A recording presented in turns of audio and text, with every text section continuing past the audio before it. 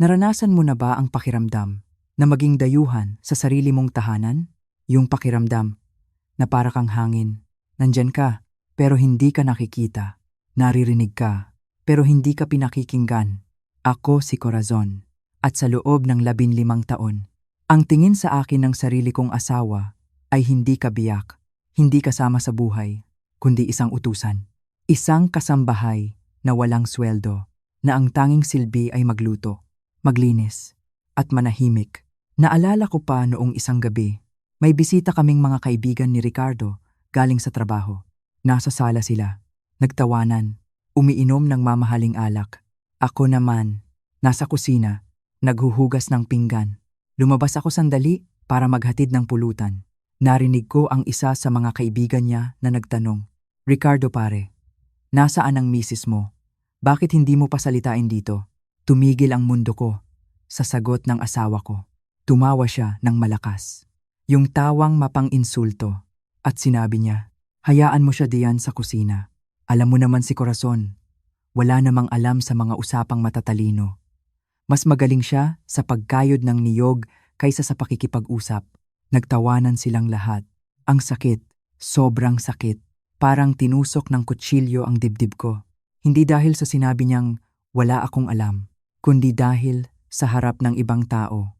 Tinanggalan niya ako ng dangal, yung hiya, yung kahihiyan na naramdaman ko nung gabing iyon.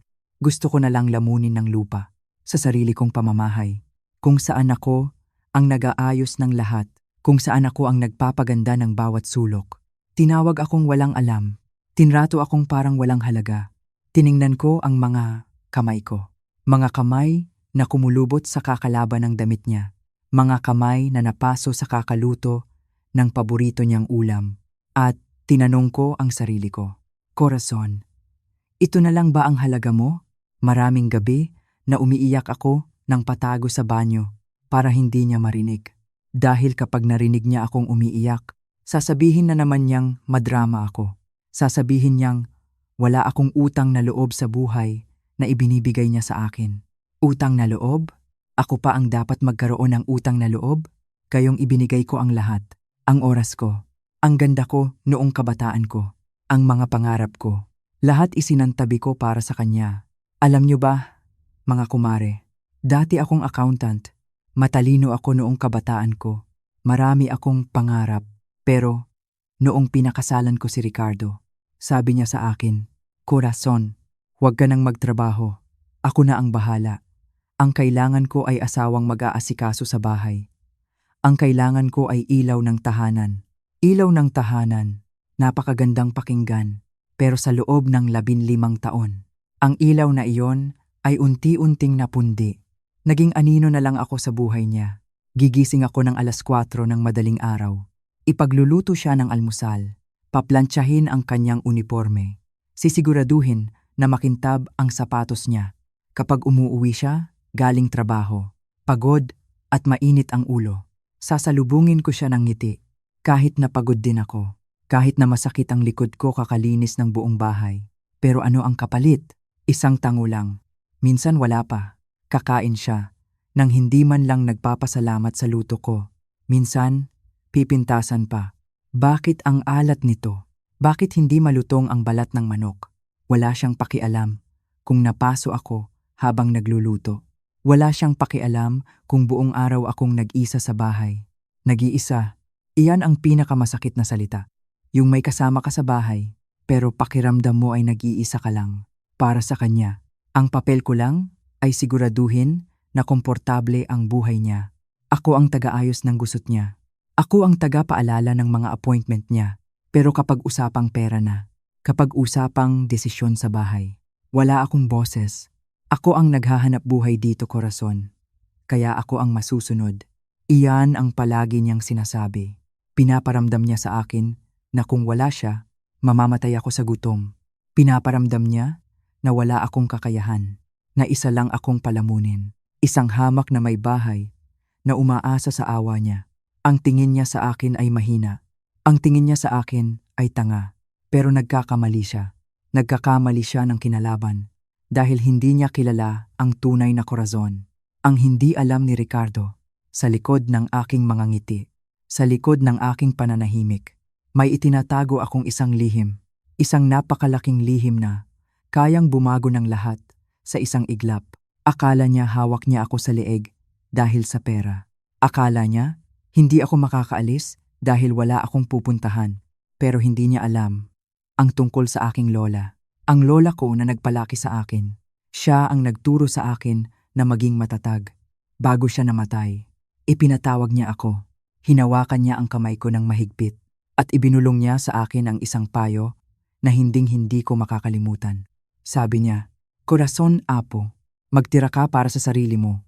Huwag mong ibigay ang lahat sa asawa mo, ang babae. Dapat may sariling dukot, dapat may sariling sandata." At binigyan niya ako ng susi. Susi sa isang kinabukasan na hindi kayang abutin ni Ricardo. Noong ako ay 28 taong gulang pa lamang.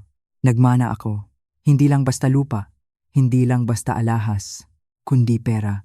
Maraming pera, 100 milyong piso. Uulitin ko, para sa inyo, 100 milyong piso. Nakatago ito sa isang bangko sa Makati, sa isang account na nakapangalan lang sa akin.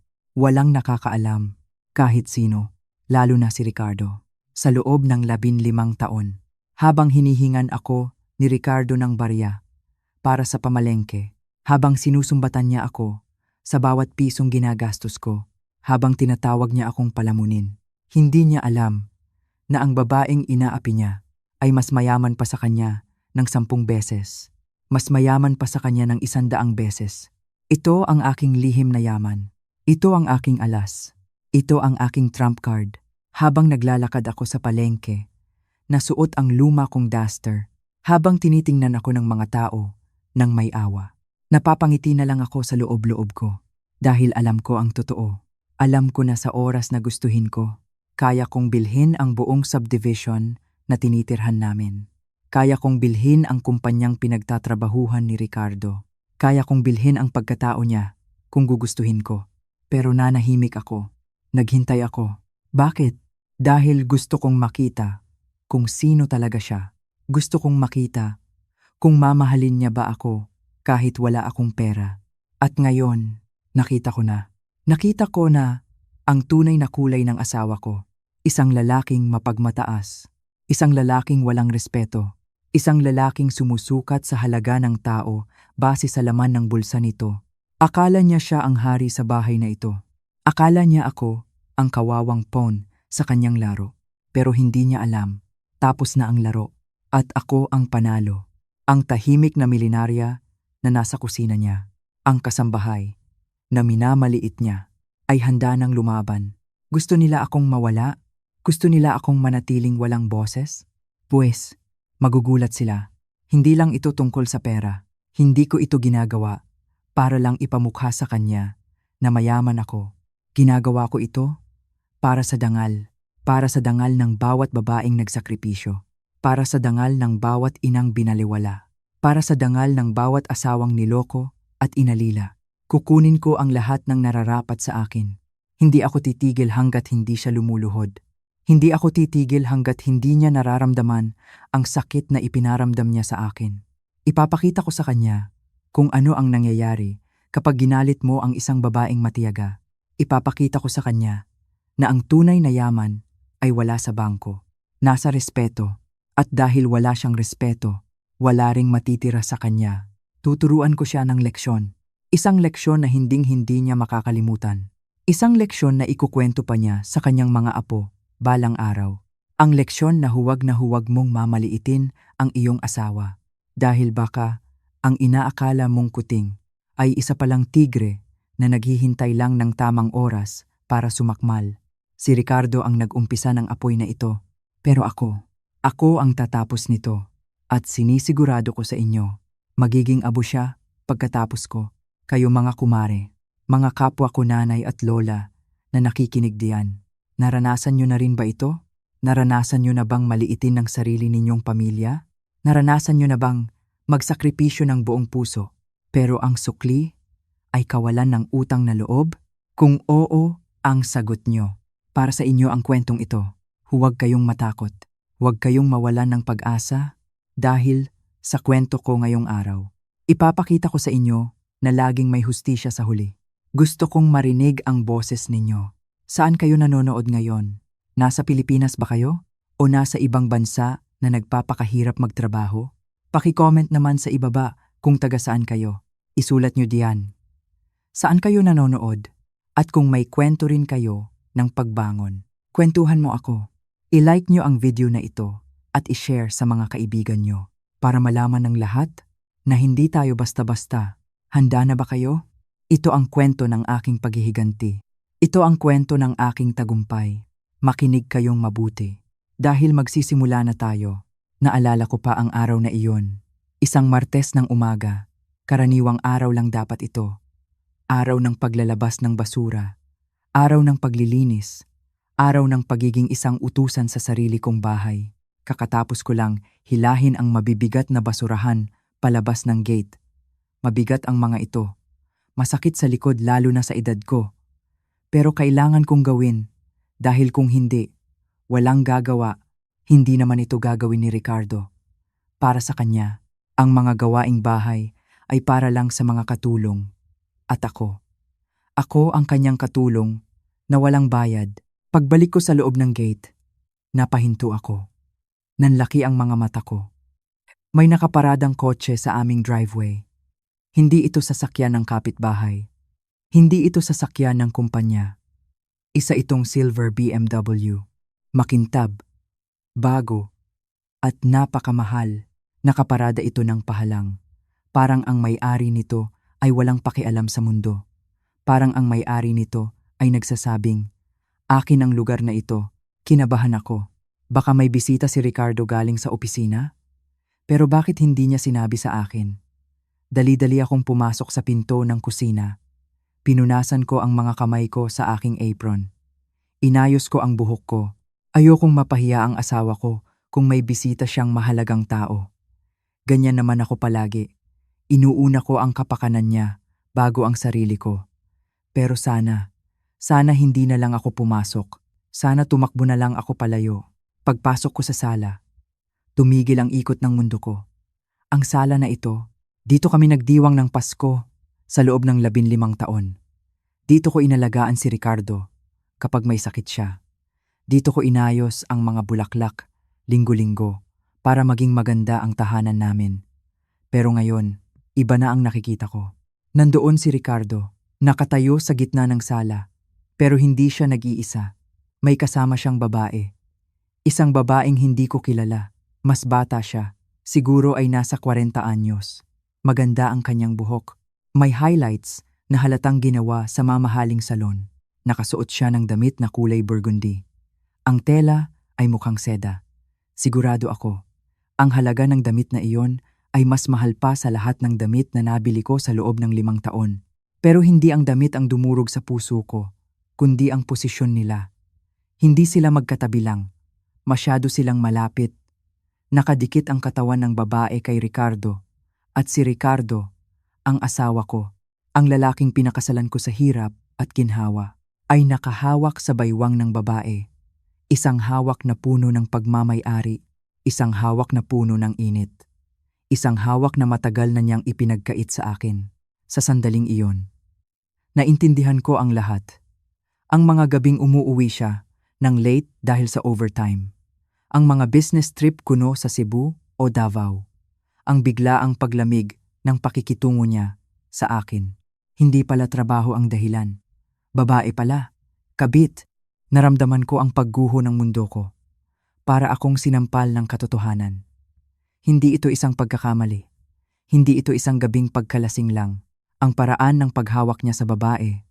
Ang paraan ng pagtingin nila sa isa't isa. Ito ay isang relasyon. Isang relasyong binuo nila sa likod ko.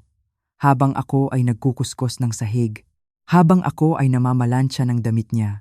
Sila ay nagpapakasaya. Napasinghap ako.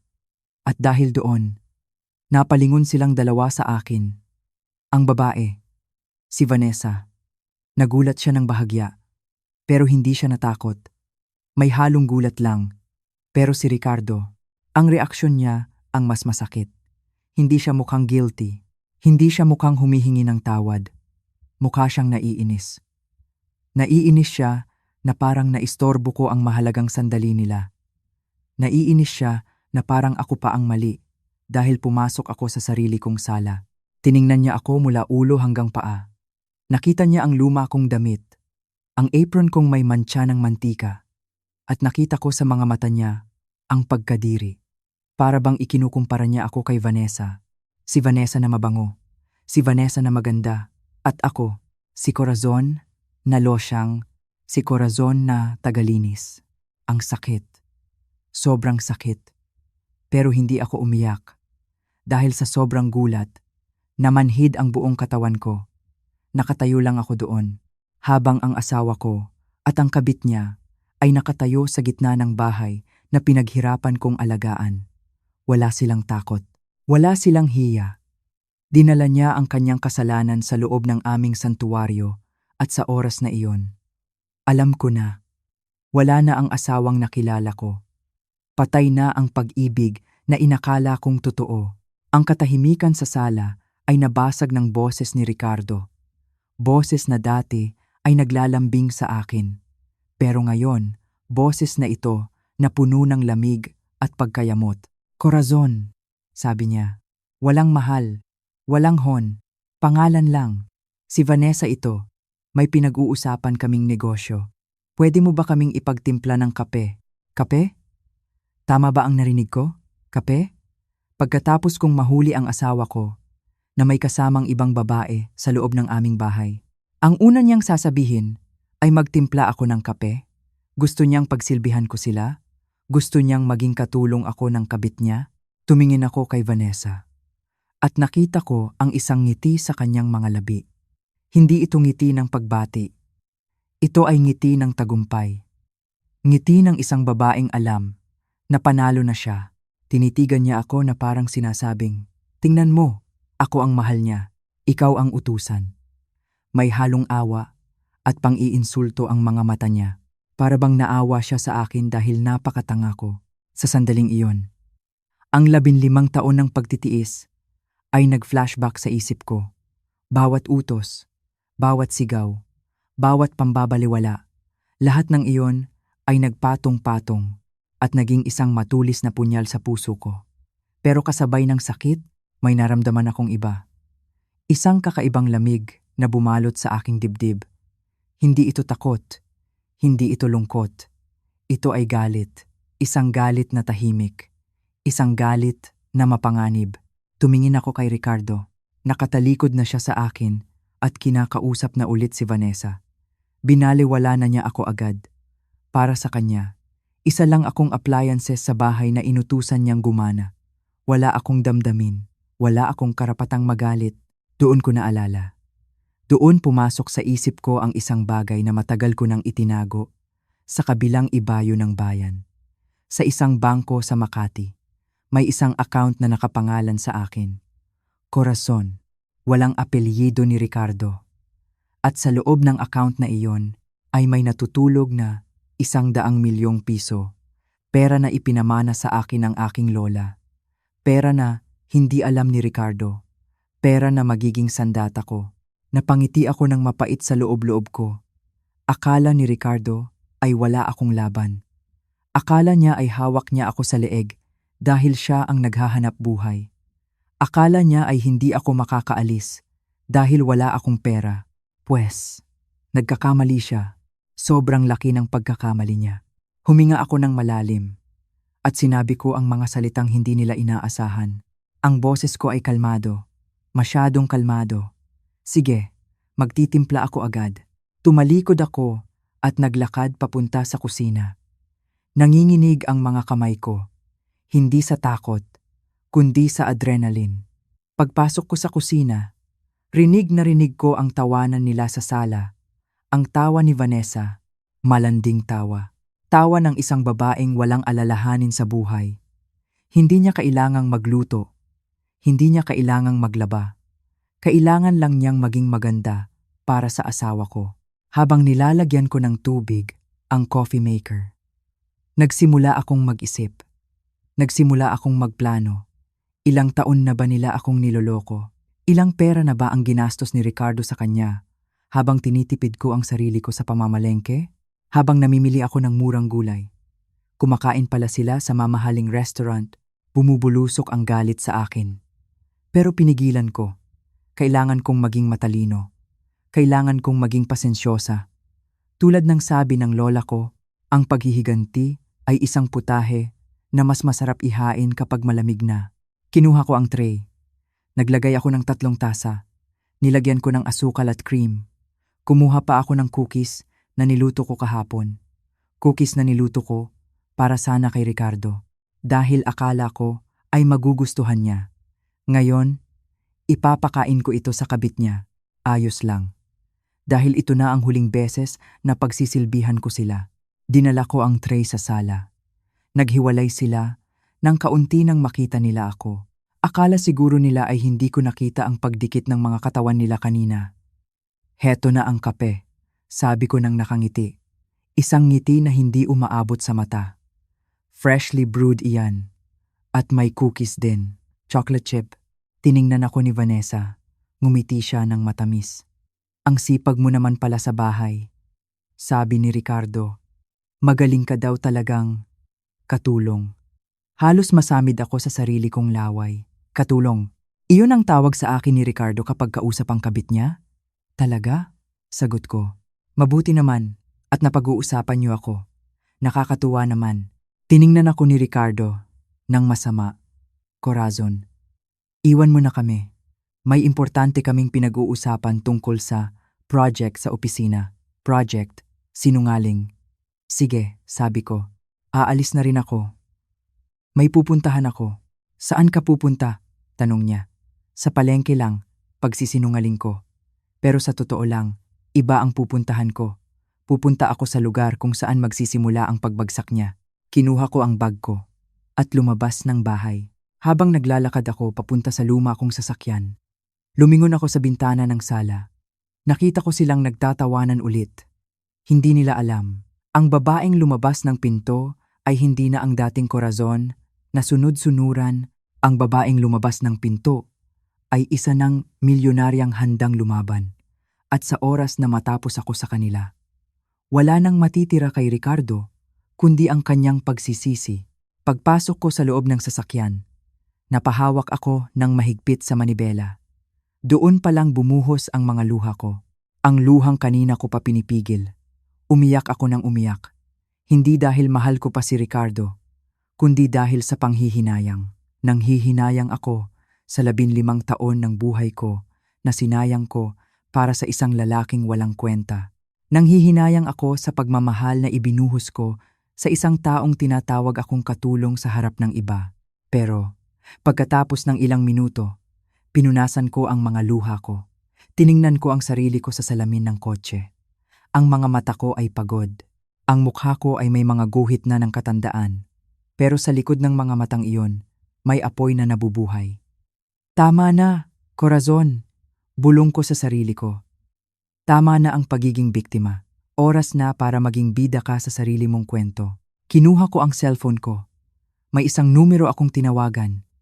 Isang numero na matagal ko nang hindi tinatawagan dahil pinagbawalan ako ni Ricardo. Si Diana. Si Attorney Diana Marsh. Dati kaming magkaklase sa kolehiyo. Matalino siya, matapang, at ngayon ay isa na sa pinakamagaling na abogado sa family law sa bansa. Ayaw ni Ricardo kay Diana dahil masyado daw itong palaban.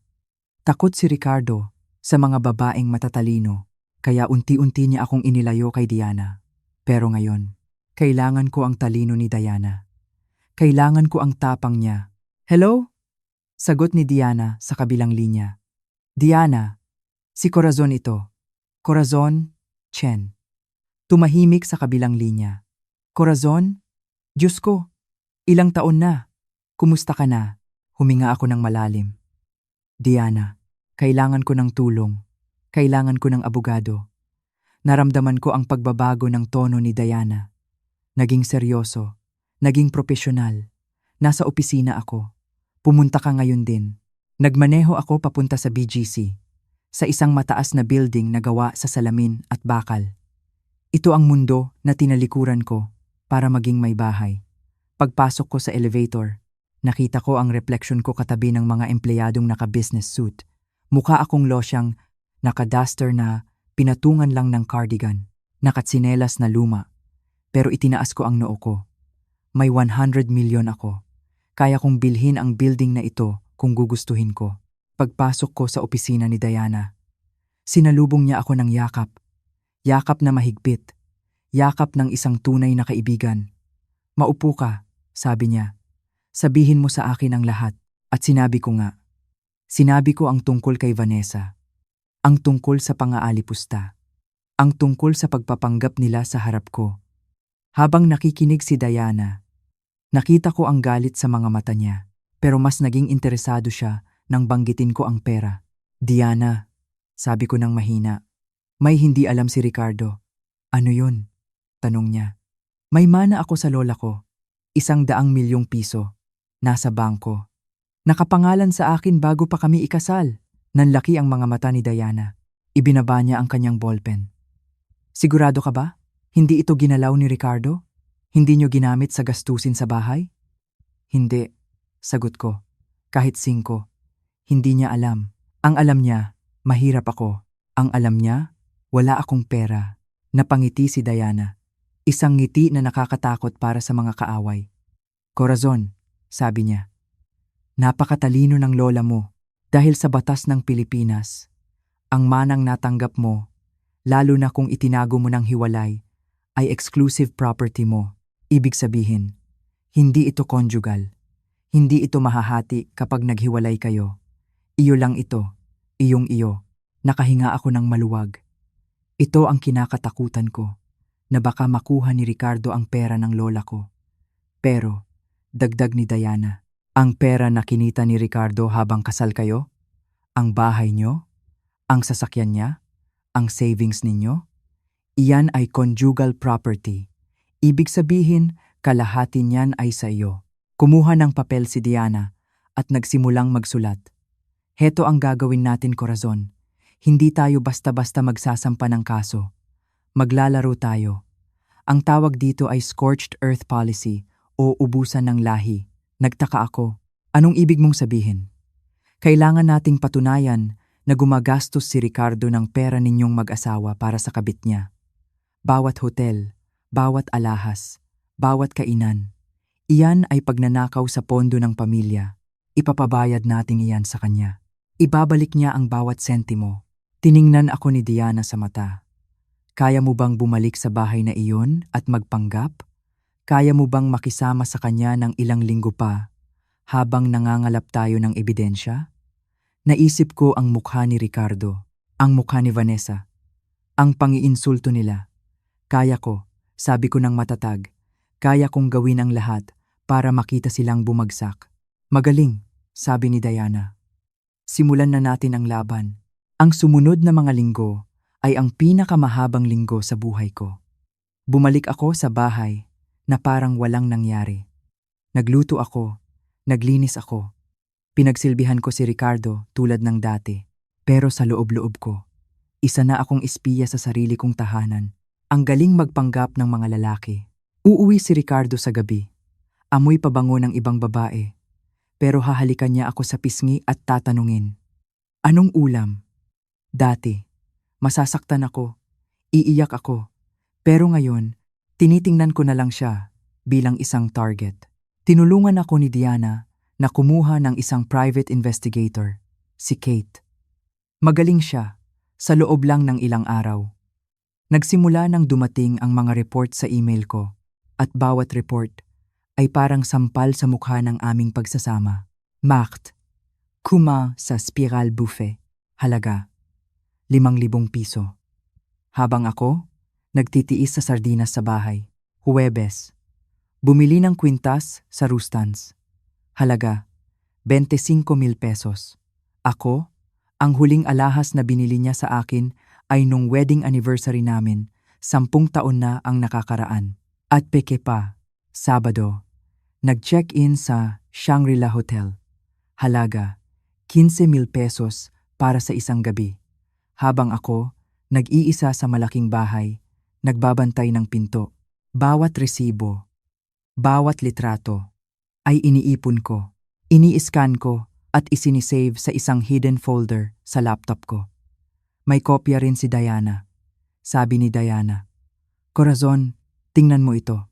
Sa loob lang ng isang buwan, gumastos siya ng halos 150,000 piso para sa babaeng yan. Pera ninyo yan. Pera na dapat ay para sa future ninyo. Galit. Iyon ang naramdaman ko. Hindi lang dahil sa pambabae, kundi dahil sa kawalan ng respeto sa pera naming mag-asawa. Nagpakahirap akong magtipid. Pinagkakasyahan ko ang budget sa palengke. Naglalakad ako imbis na mag-tricycle para makatipid. Tapos siya, winawaldas niya ang pera sa isang babaeng tawag sa akin ay katulong. Pero naging matalino ako.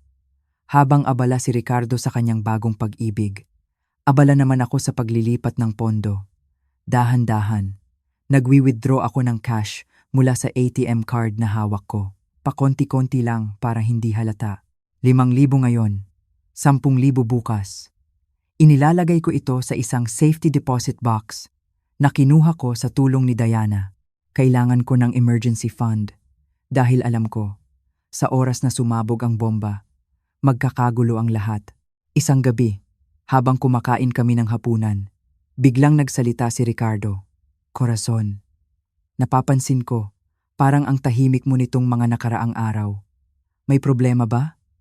Kinabahan ako. Nakahalata na ba siya? Huminga ako ng malalim at tumingin sa kanya.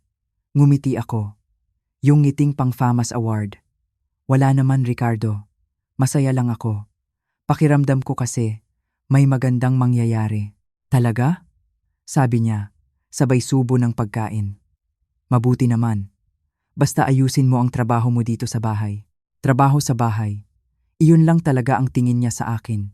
Tinitigan ko siya habang ngumunguya siya. Hindi niya alam. Ang magandang mangyayari na tinutukoy ko ay ang pagbagsak niya, ang pagkasira ng pangalan niya, at ang paglaya ko. Natapos ang hapunan ng tahimik. Umakyat siya sa kwarto para matulog. Naiwan ako sa kusina, naghuhugas ng pinggan. Pero sa pagkakataong ito, hindi na ako umiiyak. Dahil alam ko, malapit na, konti na lang, at ang lahat ng ebidensyang hawak ko ay magiging posas na magkukulong sa kanya sa impyerno ng pagsisisi. Handa na akong lumaban. Lumipas ang 2 linggo. 2 linggo ng pagpapanggap. 2 linggo ng pagiging espiya sa sarili kong pamamahay at sa loob ng panahong iyon. May napansin ako kay Ricardo. Hindi siya tanga. Ramdam niya na may nagbago. Dati, kapag umuuwi siya, sasalubungin ko siya agad para kunin ang bag niya. Tatanungin ko kung kumusta ang araw niya. Pero ngayon, hinahayaan ko na lang siya. Nagluluto ako. Oo, pero hindi na ako nakikipag-usap. Hindi na ako tumitingin sa mga mata niya. Ang tawag dito ay Cold War. At mukhang naramdaman niya ang lamig. Isang Huwebes ng gabi. Umuwi siya ng maaga. May dala siyang isang malaking bouquet ng rosas. Pula, matitingkad, mahal. Inilapag niya ito sa mesa habang naghihiwa ako ng sibuyas. "Para sa'yo," sabi niya. Tiningnan ko lang ang mga bulaklak. Walang kilig, walang tuwa. Dati, siguro ay maiiyak ako sa tuwa dahil naalala niya ako. Pero ngayon, ang tingin ko sa mga bulaklak na iyon ay suhol. Suhol para sa konsensya niya. Suhol para manahimik ako. "Salamat," sabi ko ng walang emosyon. Kumunot ang noo niya. "Wala man lang bang kiss?" tanong niya. Napahigpit ang hawak ko sa kutsilyo. Gusto ko siyang sigawan. Gusto kong sabihin na ibigay niya ang halik na iyon kay Vanessa. Pero kumalma ako. Humarap ako sa kanya at ngumiti ng pilit. "Amoy sibuyas ako, Ricardo. Baka bumaho ka lang." Hindi siya tumigil doon. Kinabukasan, may iniwan siyang kahon sa ibabaw ng kama. Isang kwintas. Perlas. Maganda. Pero alam ko ang totoo. Nakita ko sa report ng investigator na bumili siya ng kwintas na diamond para kay Vanessa noong 1 linggo. Ang halaga ng kay Vanessa ay 50,000. Ang halaga ng perlas na ito, siguro ay 10,000 lang. Kahit sa regalo. Pangalawa lang ako, tira-tira, ng gabi ring iyon. Habang kumakain kami, hinawakan niya ang kamay ko, ang lamig ng kamay niya. O baka ako lang ang nanlalamig sa kanya. Corazon, sabi niya sa malambing na boses. Yung boses na ginagamit niya kapag may kailangan siya. Naisip ko, matagal na tayong hindi nagbabakasyon. Ano kaya kung mag-cruise tayo? Pupunta tayo sa Japan o sa Singapore. Tayong dalawa lang, isang cruise, bakasyon. Ito ang pangarap ko noon pa. Ilang beses ko siyang inaya noon, sabi niya. Sayang ang pera, Corazon. Magtipid tayo. Pero ngayon, biglang pwede na? Biglang may budget na? Bigla akong kinabahan. Bakit niya ako inaaya lumayo? Bakit sa susunod na buwan? Naalala ko ang sinabi ni Attorney Diana. Mag-ingat ka, Corazon. Kapag ang lalaki ay naramdaman niyang nawawalan na siya ng kontrol, gagawin niya ang lahat para makuha ka ulit. O kaya naman, may binabalak siyang masama. Ano ang plano niya? Gusto niya ba akong ilayo para hindi ko malaman ang iba pa niyang ginagawa? O baka naman, gusto niya akong pasayahin para kapag hiniwalayan niya ako, ay papayag ako agad sa gusto niya dahil naging mabait siya? Ang tawag dito ay love bombing. Pinaaasa ka sa pagmamahal para manipulahin ka. Tiningnan ko siya sa mata at nakita ko ang takot. Takot na baka alam ko na ang totoo. Takot na baka mawala ang katulong niya. Pag-iisipan ko, Ricardo, sabi ko, masyado akong busy sa bahay ngayon. Binitawan niya ang kamay ko. Nakita ko ang inis sa mukha niya. Hindi siya sanay na humihindi ako. Hindi siya sanay na may sarili akong desisyon. Tumayo siya at padabog na umalis sa hapagkainan. Bahala ka na nga. Ikaw na nga ang inaalok. Ikaw pa ang maarte. Napangiti ako habang nililigpit ang pinggan. Galit siya. Maganda iyan. Dahil ang taong galit ay nagkakamali. Lalo lang niyang pinatunayan na tama ang hinala ko. Isa itong patibong. At hindi ako mahuhulog. Akala ko ay nakita ko na ang lahat. Pero hindi pa pala. Isang Biyernes ng hapon. Tumunog ang doorbell. Wala naman akong inaasahang bisita. Pagbukas ko ng pinto, para akong binuhusan ng malamig na tubig. Si Vanessa. Nakatayo sa harap ng pinto ko. May dala siyang bote ng wine. Nakangiti siya. Yung ngiting plastic na abot hanggang tainga pero hindi abot sa mata. Ang kapal ng mukha. Ang tigas ng mukha. Pumunta siya dito, sa bahay ko. Nang wala ang asawa ko. Hi, Corazon. Bati niya na parang matagal na kaming magkaibigan. Napadaan lang ako. Sabi kasi ni Ricardo, medyo matamlay ka daw. Kaya naisip ko, dalawin kita. Para naman gumaan ang pakiramdam mo. Matamlay? Ako? Hindi ako matamlay, Vanessa. Nasusuka ako sa inyong dalawa. Iyon ang gusto kong sabihin. Pero pinigilan ko. Pinapasok ko siya. Gusto kong makita kung hanggang saan ang tapang niya. Gusto kong makita kung gaano siya kadesperada na makuha ang loob ko. Umupo siya sa sofa. Yung sofa na binili ko, gamit ang ipon ko sa palengke. Nag-cruise siya ng binti.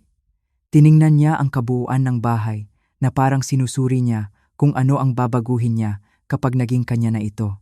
Ang ganda ng bahay niyo, Corazon, sabi niya. Pero medyo luma na ang style, no? Kung ako ang masusunod, papalitan ko ang kurtina. Masyadong madilim. Aba, nagpaplano na siya. Kumuha ako ng cheese at crackers. Inilapag ko sa harap niya. Salamat sa pagdalaw, Vanessa. Sabi ko, ang bait mo naman. Kahit busy ka sa trabaho. May oras ka pa para sa asawa ng katrabaho mo. Tumawa siya ng mahina. Alam mo naman si Ricardo. Mahalaga siya sa kumpanya. At mahalaga ka rin sa kanya. Kaya mahalaga ka na rin sa akin. Mahalaga. Nakakatawa. Ang lakas ng loob niyang magsalita tungkol sa pagpapahalaga habang inaagaw niya ang asawa ko. Nagsimula siyang magkwento. Kesyo galing daw siya sa Europe. Kesyo mahilig daw siya sa wine. Kesyo marami daw siyang alam sa negosyo. Pinaparamdam niya sa akin na ang layo ng agwat namin. Na siya ay sosyal at ako ay probinsyana. Tumangutango lang ako. Nagpanggap akong hanga sa mga kwento niya. Wow, ang galing mo naman pala, Vanessa. Ang swerte ng magiging asawa mo. Nakita ko ang pagkabigla sa mukha niya. Hindi niya inaasahan ang sinabi ko. Siguro iniisip niya. Ang tanga naman ng babaeng ito. Hindi niya alam na asawa niya ang tinutukoy ko. Sa isip-isip nila ni Ricardo. Isa akong tanga na madaling utuin. Isa akong walang alam na pwedeng iwanan sa ere. Nang paalis na siya, huminto siya sa pinto. Sana maging friends tayo, Corazon. Masaya ako na nakilala kita. Ako rin, Vanessa, sagot ko. Mag-ingat ka sa pag-uwi, pagsara ng pinto. Nanginig ang buong katawan ko sa galit. Kinuha ko ang bote ng wine na dala niya at ibinuhos ko ang laman nito sa lababo. Kaderi, hindi ko iinumin ang lason na galing sa kanya.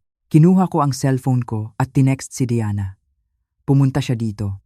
Nagpanggap na kaibigan. Ang kapal ng mukha. Sumagot agad si Diana. Hayaan mo sila. Ang taong masyadong kampante ay siyang unang nadadapa. Malapit na Corazon. Konting tiis na lang. Tama si Diana. Akala nila nanalo na sila. Akala nila nakuha na nila ang loob ko. Pero ang hindi nila alam, ang bawat paglapit nila ay lalong nagpapalapit sa kanila sa hukay na sila mismo ang naghukay. Dumating ang araw ng linggo. Ang araw ng paghuhukom. Nasa hardin ako. Nagdidilig ng mga orchids. Ito lang ang bisyo ko na hindi pinakikialaman ni Ricardo dahil para sa kanya, ang paghahardin ay pangmatanda. Narinig ko ang sasakyan. Pumasok sa driveway. Bumaba si Ricardo at kasunod niya si Vanessa. Magkasama sila. Sa araw ng linggo, sa harap ng mga kapitbahay, wala na silang tinatago. Naglakad sila papunta sa akin nang magkatabi. Mayabang ang lakad ni Ricardo. Para bang may iaanunsyo siyang magandang balita. Corazon, tawag niya. Pumasok ka sa loob. May pag-uusapan tayo. Utos iyon. Hindi pakiusap. Tinanggal ko ang gloves ko. Huminga ako ng malalim. Ito na. Ito na ang oras na hinihintay ko. Pagpasok namin sa sala, umupo silang dalawa sa mahabang sofa. Magkatabi. Ako naman ay nanatiling nakatayo. Ayokong umupo. Gusto kong makita nila na handa akong umalis anumang oras. Gusto kong makita nila na hindi ako sunod-sunuran. Corazon, panimula ni Ricardo. Alam mo naman na hindi na tayo masaya. Matagal na. Hindi ako sumagot. Tinitigan ko lang siya. Si Vanessa, sabay hawak niya sa kamay ng babae. Si Vanessa at ako, nagkakamabutihan kami. Hindi namin ito plinano. Nangyari lang. Tadhana siguro. Tadhana? Ang tawag dun ay kalaswaan. Hindi tadhana, pero nanahimik pa rin ako. Biglang nagsalita si Vanessa. Ang boses niya ay puno ng peking awa. Corazon, ayaw ka naming saktan. Gusto naming maging maayos ang lahat. Gusto namin ng amicable separation. Maayos? Tanong ko. Anong ibig niyong sabihin sa maayos? Nilabas ni Ricardo ang isang folder. Naghanda na ako ng kasunduan. Dahil ako ang nagtrabaho sa lahat ng ito, ako ang kukuha ng mga investments. Pero huwag kang mag-alala. Hindi kita pababayaan. Binasa niya ang alok. Sa'yo na ang bahay. Tumigil siya sandali. Pero ikaw na ang magtutuloy ng hulog sa bangko. May natitira pang 5 milyon na utang diyan. At bibigyan kita ng sustento, 10,000 piso kada buwan sa loob ng 5 taon. Sapat na yon. Para sa isang taong, simple lang ang pamumuhay gaya mo. 10,000? Pambayad lang yun sa kuryente at tubig. Ang bahay na may utang. Saan ako kukuha ng pambayad sa bangko kung wala akong trabaho? Gusto nila akong pulubiin. Gusto nila akong maging palaboy habang sila ay nagpapakasasa sa yaman na kaming dalawa dapat ang nakikinabang. Tumingin ako sa kanila. Nakita ko ang pagmamayabang sa mukha ni Ricardo. Nakita ko ang pagkutya sa mukha ni Vanessa. Akala nila, papayag ako. Dahil akala nila, wala akong alam sa pera. Wala akong alam sa karapatan ko. Dahan-dahan akong ngumiti. Isang ngiti na nagpatindig ng balahibo ni Vanessa. Tapos na kayo? Tanong ko. Nagulat si Ricardo. Anong ibig mong sabihin? Ang sabi ko. Tapos na ba kayong magsalita ng kalokohan? Tumigas ang mukha ko. Hindi, Ricardo. Hindi ako pipirma dyan. Anong hindi? Sigaw niya. Wala kang choice. Wala kang pera. Wala kang trabaho. Kung hindi mo ito tatanggapin, sisiguraduhin kong wala kang makukuha kahit 5. Dudurugin kita sa korte. Tumawa ako ng mahina. Dudurugin? Humarap ako kay Vanessa. At ikaw, ang lakas ng loob mong pumunta dito at alukin ako ng barya sa sarili kong pamamahay? Lumayas kayo, sabi ko ng mariin. Corazon, bahay ko to, sigaw ni Ricardo. Conjugal property ito, Ricardo. Ibig sabihin, bahay ko rin ito at ayokong makita ang pagmumukha ng kabit mo sa sala ko. Lumayas kayo bago ako tumawag ng pulis at ipakaladkad ko kayong dalawa palabas. Namutla si Vanessa. Hinila niya si Ricardo. Tara na, Ricardo. Nababaliw na siya. Sa korte na lang tayo mag-usap. Oo, sabi ko. Sa korte tayo magkikita at sisiguraduhin kong pagsisisihan niyo ang araw na ito. Padabog silang umalis. Narinig ko ang harurot ng sasakyan nila palayo. Naiwan ako sa sala. Nanginginig ang tuhod ko. Pero hindi sa takot, kundi sa excitement. Nagawa ko na. Nasabi ko na. Nagdeklara na ako ng giyera. At wala silang kaalam-alam kung anong klaseng bomba ang hawak ko. Dumating ang araw ng settlement conference. Ito ang unang beses na nagkita kami ni Ricardo simula nung pinalayas ko sila. Nasa isang conference room kami sa opisina ni Diana. Nandoon si Ricardo, kasama ang abogado niya, na mukhang mayabang din. Nandoon din si Vanessa, nakaupo sa gilid, naka-shades pa kahit nasa loob ng kwarto. Akala mo artista. Nang pumasok ako kasama si Attorney Diana, tiningnan ako ni Ricardo ng masama. Suot ko ang pinakamaganda kong damit, isang blazer na kulay asul. Nakaayos ang buhok ko. Mukha akong kagalang-galang. Hindi ako mukhang katulong na kilala niya. Simulan na natin, sabi ng abogado ni Ricardo. Gaya ng alok namin, ang bahay na may utang at 10,000 sustento. Pinutol siya agad ni Diana. Teka lang, kompanero. Bago tayo mag-usap tungkol sa hatian, pag-usapan muna natin ang nawawalang pera. Naguluhan si Ricardo. Anong nawawalang pera? Inilapag ni Diana ang isang makapal na folder sa gitna ng mesa. Ang folder na naglalaman ng lahat ng ebidensya. Pakibuksan. Utos ni Diana. Dahan-dahang binuksan ni Ricardo ang folder. Nakita ko ang paglaki ng mga mata niya. Nakita ko ang pamumutla ng mukha niya. Litrato nila ni Vanessa sa hotel. Litrato nila sa Boracay. Resibo ng alahas. Resibo ng mga mamahaling bag. Resibo ng mga dinner dates. Mr. Ricardo, sabi ni Diana ng matapang. Ayon sa aming kwenta, sa loob ng 3 taon, gumastos ka ng 1,000,000 at kalahating piso, 1.5 million pesos, mula sa conjugal funds para sa babaeng ito. Tinuro niya si Vanessa. Napaatras si Vanessa sa upuan niya. Pagnanakaw iyan sa pamilya, dagdag ni Diana. Ngayon, may 2 choice ka. Una, itutuloy natin ito sa korte. Ipapakita ko ang mga litratong ito sa hukom. Ipapakita ko rin ito sa mga business partners mo sa opisina. Sigurado ako, matutuwa silang malaman kung saan napupunta ang pera mo. O pangalawa, pipirma ka sa kasunduan na inihanda namin. Nanginginig ang kamay ni Ricardo. Alam niyang tapos na siya. Ang reputasyon niya ang pinakamahalaga sa kanya. Kapag nalaman ng mga kliyente niya na isa siyang manloloko at magnanakaw ng pera ng asawa, wala nang magtitiwala sa kanya. Anong gusto niyo? Tanong niya ng mahina. Parang nabulunan siya. Inilabas ni Diana ang tunay na kasunduan. Gusto ni Corazon ang bahay. Full ownership. Babayaran mo ang natitirang utang sa bangko ngayon din gamit ang share mo sa savings. Gusto rin ni Corazon ng kalahati ng retirement fund mo. At, diin ni Diana, ibabalik mo ang 1.5 milyon na nilustay mo. Ibabawas natin yan sa natitira mong share. Wala nang matitira sa akin, sigaw ni Ricardo. Bakit? Kasalanan ko ba yon? Sagot ko. Tiningnan ko siya sa mata. Ikaw ang gumastos. Ikaw ang nagloko. Ngayon, ikaw ang magbayad. At Ricardo, Dagdag ko, pasalamat ka pa nga dahil hindi ko hiningi ang lahat.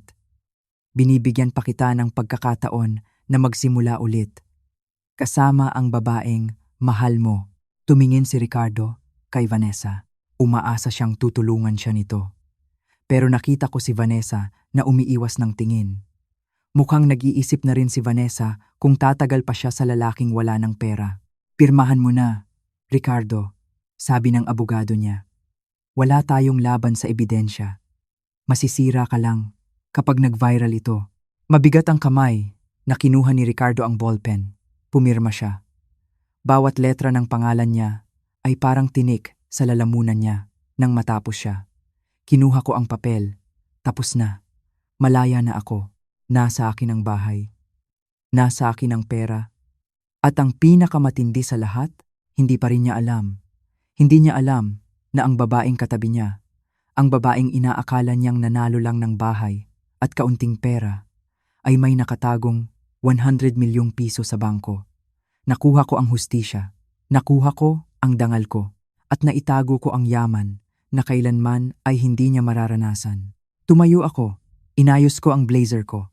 Salamat Ricardo, sabi ko. Sana maging masaya ka sa bago mong buhay. Dahil ako? Magsisimula pa lang ako. Lumabas ako ng kwarto na nakataas ang noo. Ang sarap ng hangin sa labas, amoy kalayaan, amoy tagumpay. Ang tahimik na katulong ay isa ng malayang milyonarya at walang sinuman ang makakapigil sa akin. 6 na buwan. 6 na buwan na ang nakalipas mula noong pinirmahan ni Ricardo ang mga papel sa opisina ni Attorney Diana. 6 na buwan mula noong huli ko siyang nakita na nakayuko, talo at puno ng pagsisisi. Ngayong umaga, nagising ako hindi dahil sa tunog ng alarm clock. Nagising ako dahil sa sinag ng araw na tumatama sa aking mukha. Dati, kailangan kong gumising ng 4:00 ng madaling araw. Kailangan kong magmadali para ipagtimpla ng kape ang asawa ko. Kailangan kong siguraduhin na plansado ang damit niya bago siya magising. Pero ngayon, wala na. Wala na ang pagmamadali. Wala na ang takot na baka mapagalitan ako. Ang naririnig ko na lang ay ang huni ng mga ibon sa labas ng bintana. Bumangon ako ng dahan-dahan. Naglakad ako papunta sa kusina. Ang kusina na dati ay parang kulungan ko. Ngayon ay paborito ko ng lugar. Ibang-iba na ang itsura nito. Pinalitan ko ang pintura. Dati, gusto ni Ricardo ng kulay gray. Madilim, malungkot, para daw modern. Pero ngayon, kulay dilaw na ang dingding. Kulay ng araw. Kulay ng pag-asa. Pinalitan ko rin ang mga kurtina. Yung mga kurtinang pinintasan noon ni Vanessa na baduy daw. Sinunog ko na ang mga iyon. Bumili ako ng bago, puti at maaliwalas. Sumasayaw sa hangin kapag nakabukas ang bintana. Nagtimpla ako ng kape. Hindi para sa kanya, kundi para sa akin. Umupo ako sa veranda. Humigop ako ng mainit na kape at tumingin sa hardin. Ang sarap ng lasa. Siguro dahil hindi na hinaluan ng pait ng sama ng loob. Siguro dahil ang kape na ito ay binili ko gamit ang sarili kong pera. Sa sarili kong desisyon habang nakaupo ako doon. Hindi ko maiwasang isipin kung paano nagbago ang lahat sa loob lang ng kalahating taon. Ang bilis ng karma. Sabi nga ng matatanda, ang gaba ay hindi tulad ng paminta na maanghang agad. Pero kapag dumating ito, dudurugin ka nito. Nabalitaan ko ang nangyari kay Ricardo. Maliit lang ang mundo at ang mga balita ay mabilis kumalat lalo na sa mga amiga ko. Natandaan niyo ba si Vanessa? Ang babaeng nagmaganda sa sala ko? Ang babaeng nagsabi na mahal daw nila ang isa't isa? Iniwan na niya si Ricardo. Oo, tama ang hinala ninyo. Iniwan niya si Ricardo 2 linggo matapos ang hiwalayan namin. Bakit? Dahil nalaman niyang wala ng pera si Ricardo. Nalaman niyang napunta sa akin ang bahay. Nalaman niyang kinuha ko ang kalahati ng retirement fund. At higit sa lahat, nalaman niyang baon sa utang si Ricardo dahil kailangan niyang bayaran ang attorney's fees at ang ibinalik niyang pera sa akin. Akala ni Vanessa, makakakuha siya ng sugar daddy. Akala niya, makukuha niya ang CEO na may malaking bahay at magarang kotse, pero ang nakuha niya? Isang lalaking walang trabaho. Isang lalaking nakatira na lang sa isang maliit na apartment. Isang lalaking wala nang maibibigay na luho sa kanya. Kaya ayun, naglaho ang true love kuno. Umalis si Vanessa. Naghahanap na siguro ng ibang bibiktimahin. Nakakatawa. Dati, iniiyakan ko ang pagtataksil nila. Iniisip ko kung anong kulang sa akin. Iniisip ko kung bakit mas pinili siya ni Ricardo kaysa sa akin na 15 taon nagsilbi. Pero ngayon, naaawa na lang ako sa kanila. Naaawa ako kay Ricardo dahil pinalitan niya ang isang diamante ng isang pirasong basag na salamin at nasugatan lang siya. Si Ricardo ngayon? Balita ko ay nagtatrabaho bilang bookkeeper sa isang maliit na tindahan ng spare parts. Ang layo sa dati niyang pwesto. Dati, siya ang boss. Siya ang nag-uutos. Ngayon, siya na ang inuutusan. Siya na ang napapagalitan. Minsan daw ay nakikita siyang kumakain mag-isa sa karinderya. Nakayuko, malungkot, marumi ang barong. Hustisya ba ang tawag dito? Siguro. Pero para sa akin, hindi ko na kailangang gumanti. Ang buhay na mismo ang gumanti para sa akin. Hinayaan ko lang silang sirain ang sarili nila at iyon ang pinakamasakit na parusa. Samantalang ako, Corazon, ang dating katulong, ang dating walang alam. Bumalik ako sa pagtatrabaho, hindi dahil kailangan ko ng pera. May 100 milyong piso pa rin ako sa bangko na hindi nagagalaw, lalo pa ngang lumalaki dahil sa interest. Nagtatrabaho ako dahil gusto ko, dahil gusto kong maramdaman na may silbi ako. Kumuha ako ng refresher course sa accounting. Mahirap sa umpisa dahil matanda na ako at medyo mahina na ang mata. Pero hindi ako sumuko. Pumasa ako at ngayon nagtatrabaho ako sa isang maliit na opisina na tumutulong sa mga kababaihan. Mga babaeng tulad ko dati. Mga babaeng nasa proseso ng hiwalayan. Mga babaeng hindi alam kung paano hahawakan ang pera nila. Tinuturuan ko sila.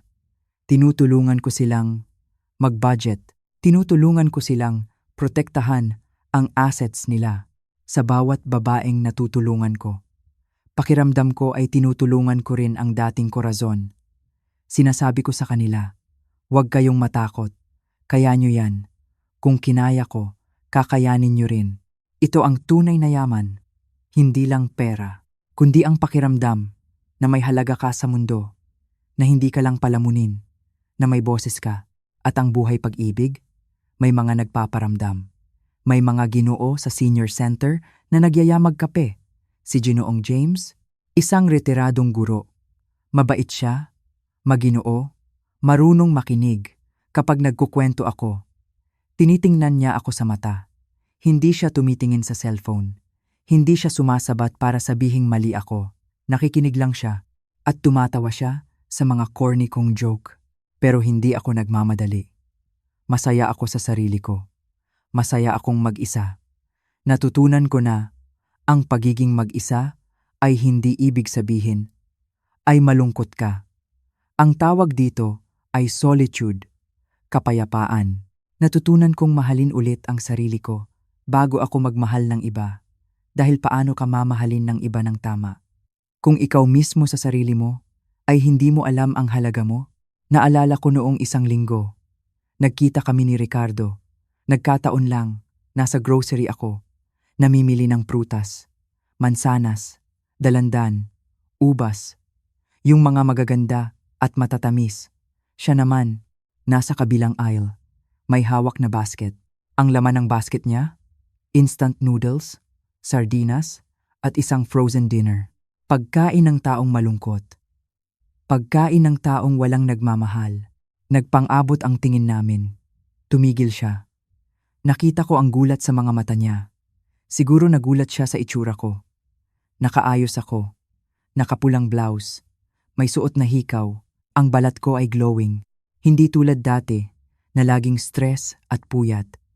Mukha akong bata ng 10 taon kumpara noong kasama ko pa siya. Binuka niya ang bibig niya.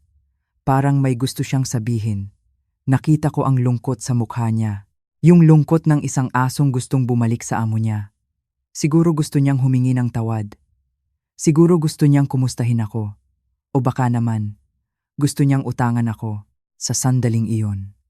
Inantay ko ang galit. Inantay ko na kumulo ang dugo ko tulad ng dati. Pero wala. Wala akong naramdaman. Walang galit. Walang puot.